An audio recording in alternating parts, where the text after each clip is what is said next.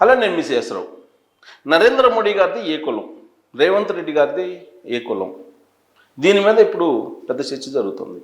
దానికి కారణం ఏంటంటే నరేంద్ర మోడీ గారు కన్వర్టెడ్ బీసీ అనేటువంటి వ్యాఖ్యల్ని తెలంగాణ ముఖ్యమంత్రి రేవంత్ రెడ్డి గారు చేశారు.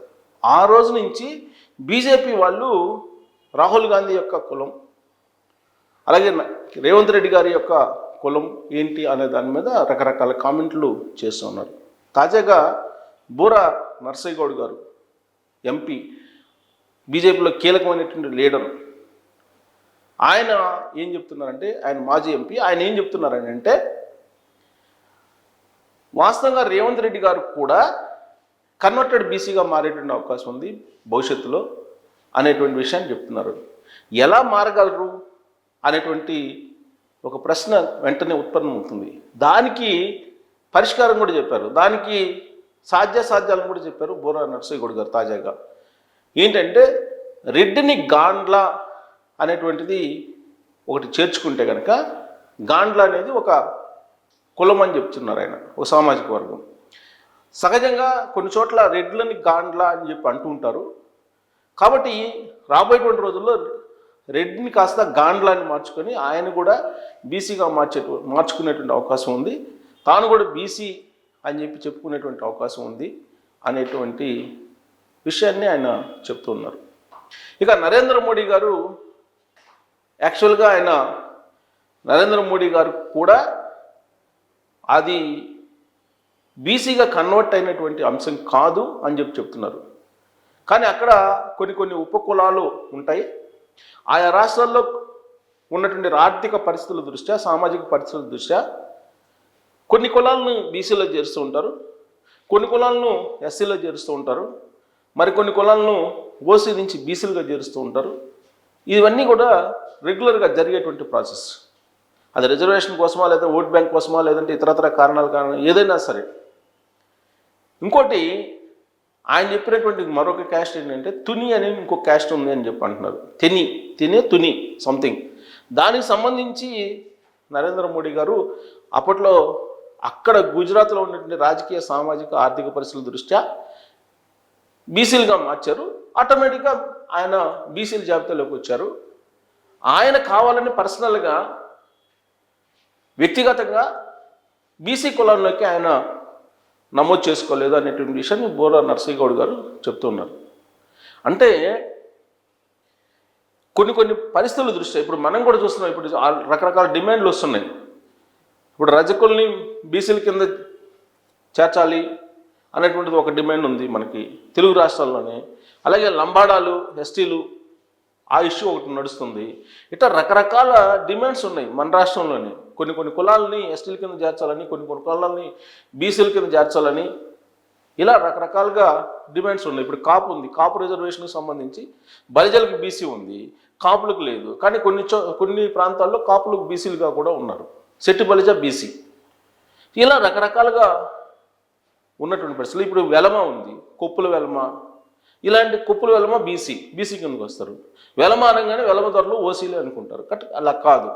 అలాగే చౌదరీస్ ఉన్నారు. చౌదరీస్ తెలుగు రాష్ట్రాల్లో ఓసీ అయి ఉండొచ్చు, బట్ ఉత్తర భారతదేశానికి వెళ్తే చౌదరీస్ బీసీల కింద ఉన్నారు కొన్ని రాష్ట్రాల్లో. అలాగే ఏ రాష్ట్రంలో ఉండేటువంటి ఆర్థిక పరిస్థితులు వస్తే ఆ రాష్ట్రంలో ఉండేటువంటి వాళ్ళు బీసీలుగా కొన్ని నిర్ణయాలు రాష్ట్ర ప్రభుత్వాలే తీసుకుంటూ ఉంటాయి. అలా తీసుకున్నటువంటి క్రమంలో నరేంద్ర మోడీ గారు బీసీ అయ్యారని చెప్పి చెప్తున్నారు. కన్వర్టెడ్ బీసీ కాదు, తెలుసుకొని మాట్లాడాలి అని చెప్పి. అందుకే రేవంత్ రెడ్డి గారికి ఒక కౌంటర్ వేశారు బూరా నర్సయ్య గౌడ్ గారు. దీన్ని మీరు అర్థం చేసుకోవాలి. మీరు కూడా రేపు రెడ్డి నుంచి గాండ్లగా మార్చుకుంటే కనుక బీసీలుగా కన్వర్ట్ అవుతారు అనేటువంటి ఈక్వేషన్ ఒకటి చెప్పారు. సరే, ఈ ఈక్వేషన్ ఎలా ఉన్నాయి? రాహుల్ గాంధీ గారి దగ్గరికి వెళ్ళారు. రాహుల్ గాంధీ గారి కులం ఏంటి అని చెప్పి బూరా నర్సయ్య గారు ప్రశ్నించారు. రేవంత్ రెడ్డి గారు లేపినటువంటి ఈ కులం చిచ్చు అనేది ఢిల్లీలో ఉన్నటువంటి రాహుల్ గాంధీ గారికి తగిలింది. ఏంటి అసలు రాహుల్ గాంధీ అనేటువంటి పేరు ఎలా వచ్చింది, ఆయనకి గాంధీలతో ఏం సంబంధం ఆ ఫ్యామిలీకి అనేటువంటి ఒక ప్రశ్న ఇప్పుడు బీజేపీ వేస్తుంది. తెలంగాణ బీజేపీ రేవంత్ రెడ్డి గారికి కౌంటర్ వేస్తుంది. రాహుల్ గాంధీ గారిని సీన్లోకి తీసుకొచ్చారు. ఆయన రాహుల్ గాంధీ కాదు, రాహుల్ మాత్రమే. ప్రియాంక గాంధీ కాదు, ప్రియాంక మాత్రమే. సోనియా గాంధీ కాదు, సోనియా మాత్రమే. ఇందిరాగాంధీ కాదు, ఇందిరా మాత్రమే అని చెప్తూ ఉన్నారు. దానికి కారణం ఏంటంటే ఫిరోజ్ ఖాన్ ఎవరైతే ఉన్నారో, ఫిరోజ్ ఖాన్ చేసుకుంది ఇందిరాగాంధీ. ఫిరోజ్ ఖాన్ను చేసుకున్నప్పుడు పితృస్వామ్య దేశంలో ఖాన్ల యొక్క వారసత్వం వస్తుంది. కాబట్టి రాహుల్ ఖాన్ అని పెట్టుకోవాలి, రాహుల్ గాంధీ అని ఎలా పెట్టుకుంటారు. ప్రియాంక ఖాన్ అని పెట్టుకోవాలి, ప్రియాంక గాంధీ అని పెట్టుకుంటారు. సోనియా ఖాన్ అని పెట్టుకోవాలి, సోనియా గాంధీ అని ఎలా పెట్టుకుంటారు. ఇందిరా గాంధీ అని పెట్టుకుంటారు, ఇందిరా ఖాన్ అని పెట్టుకోవాలి కదా. మరి వాళ్ళు బ్రాహ్మిన్సా లేదంటే ముస్లిమ్సా అని భారత సమాజం తెలుసుకోవాలని చెప్పి బీజేపీ ప్రచారం చేస్తుంది. తేనెతిట్టులని ఈ కుల సిచ్చుని రేవంత్ రెడ్డి గారు లేపారు. మరి ఇది ఎందుకు లేపారు, ఏ కారణం చేత ఈ అంశాన్ని రేవంత్ రెడ్డి గారు బయటికి తీసుకొచ్చారు అనేటువంటి ప్రశ్న వేసుకుంటే, రేవంత్ రెడ్డి గారికి ఎప్పుడు కూడా ఒక రాజకీయపరమైన టార్గెట్ ఉంటుంది. ఆ టార్గెట్ని రీచ్ కావడానికి ఈక్వల్ పర్సన్స్ని తీసుకుంటుంటారు. ఈక్వల్ అంటే తనకన్నా ఒక పెద్ద స్థాయి పర్సన్ తీసుకుంటారు. ఆ స్థాయికి వెతకడానికి ఆయన పై స్థాయిలో ఉండేటువంటి లీడర్స్ని టార్గెట్ చేస్తూ ఉంటారు అనేది ఆయన అభిమానులు కానీ ఆయన దగ్గర ఉన్న సన్నిహితులు కానీ చెప్తూ ఉంటారు. ఇప్పుడు ఆయన తెలంగాణ రాష్ట్రానికి ముఖ్యమంత్రి. రాబోయేటువంటి రోజుల్లో తెలంగాణలో రెడ్డి సామాజిక వర్గానికి అవకాశం లేదు అని చెప్పి కాంగ్రెస్ పార్టీయే చెప్తోంది. పిసిసి అధ్యక్షుడు చెప్పారంటే కాంగ్రెస్ పార్టీ అభిప్రాయం అయి ఉండొచ్చు. బీసీలు రాబోయేటువంటి రోజుల్లో రాజ్యాధికారంలో ఉంటారు, అధికారంలో కాంగ్రెస్ పార్టీ వచ్చినప్పటికీ. అంటే రేవంత్ రెడ్డి గారు సీఎంగా ఉండే అవకాశం లేదు. కాబట్టి ఆయన నెక్స్ట్ స్టెప్ ఏంటి, జాతీయ రాజకీయాల్లోకి ఎంటర్ కావాలి.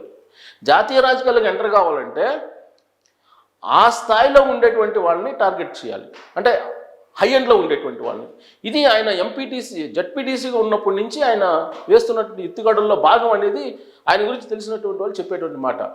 అందుకే ఇప్పుడు డైరెక్ట్గా నరేంద్ర మోడీ గారిని టార్గెట్ చేస్తే జాతీయ స్థాయిలో ఒక చర్చ నడుస్తుంది.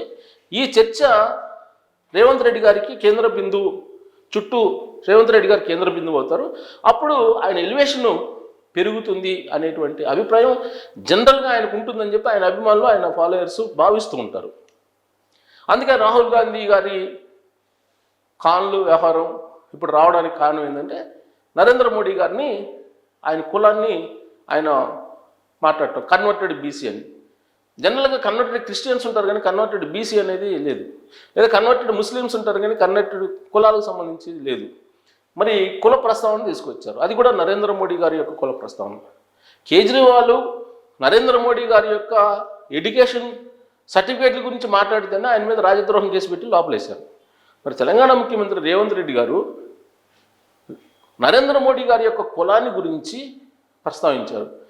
ఆ స్థాయిలో చర్చ జరగాలి. జాతీయ స్థాయిలో అసలు ఇది నిజమా అబద్ధం అనేది ఇప్పుడు రేవంత్ రెడ్డి గారు చెప్పింది నిజమా అబద్ధం అనేది తేలాలి కదా.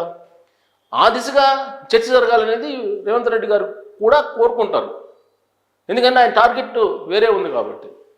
సో కాబట్టి ఇప్పుడు ఈ తేనె చెట్టుని కదిపించిన కారణంగా కాంగ్రెస్ పార్టీకి నష్టం జరుగుతుంది.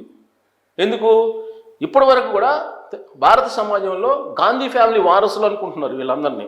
ఎవరిని, సోనియాని, ప్రియాంకని, రాహుల్ని, వీళ్ళందరినీ కూడా, రాజుని, వీళ్ళందరినీ. కానీ ఖాన్ల వారసత్వము బ్రాహ్మిన్స్ కాదు, ముస్లిమ్స్ వారసత్వం అనేటువంటి విషయాన్ని ఎలివేట్ చేస్తున్నారు బీజేపీ వాళ్ళు. బీజేపీ వాళ్ళకి కావాల్సింది కూడా అదే. సో కాబట్టి కలిసి వచ్చే కాలానికి నడిచి వచ్చే కొడుకు అన్నట్టు బీజేపీ ఏదైతే అనుకుంటుందో అలాంటి సానుకూల పరిస్థితుల కోసం రేవంత్ రెడ్డి గారు ఇచ్చినటువంటి స్టేట్మెంట్ పనికొస్తుంది అనేటువంటి అభిప్రాయంతో ఇప్పుడు కాంగ్రెస్ పార్టీ ఉంది. మరి రేవంత్ రెడ్డి గారు ఏ ఉద్దేశంతో ఈ కామెంట్ చేశారు, అది బూమరాంగ్ అయిందా లేదంటే ఆయన అనుకున్న విధంగా అది బ్లో అప్ అవుతుందా అనే దాని మీద కామెంట్ చేయొచ్చు. Thank you very much.